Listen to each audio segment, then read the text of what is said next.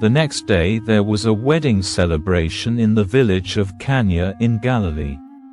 Jesus' mother was there, and Jesus and his disciples were also invited to the celebration.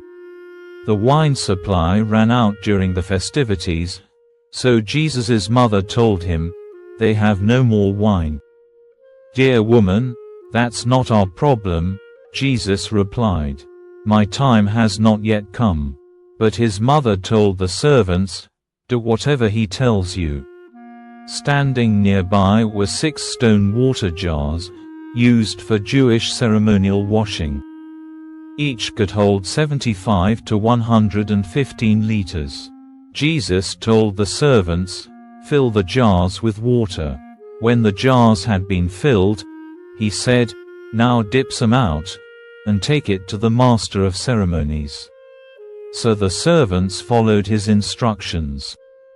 When the master of ceremonies tasted the water that was now wine, not knowing where it had come from, though, of course, the servants knew, he called the bridegroom over. "A host always serves the best wine first," he said. "Then, when everyone has had a lot to drink, he brings out the less expensive wine. But you have kept the best until now." This miraculous sign at Cana in Galilee was the first time Jesus revealed his glory.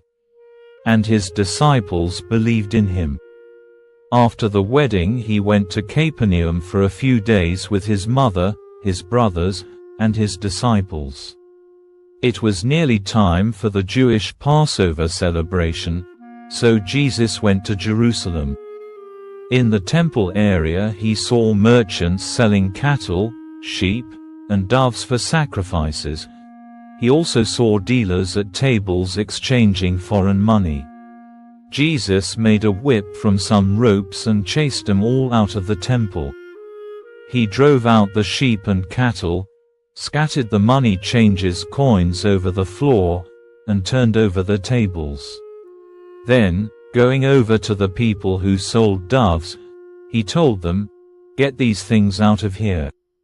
Stop turning my Father's house into a marketplace." Then his disciples remembered this prophecy from the scriptures, "Passion for God's house will consume me." But the Jewish leaders demanded, "What are you doing? If God gave you authority to do this, show us a miraculous sign to prove it." "All right," Jesus replied. "Destroy this temple, and in 3 days I will raise it up." "What?" they exclaimed. "It has taken 46 years to build this temple, and you can rebuild it in 3 days." But when Jesus said, "this temple," he meant his own body. After he was raised from the dead, his disciples remembered he had said this, and they believed both the scriptures and what Jesus had said. Because of the miraculous signs Jesus did in Jerusalem at the Passover celebration, many began to trust in him. But Jesus didn't trust them, because he knew all about people.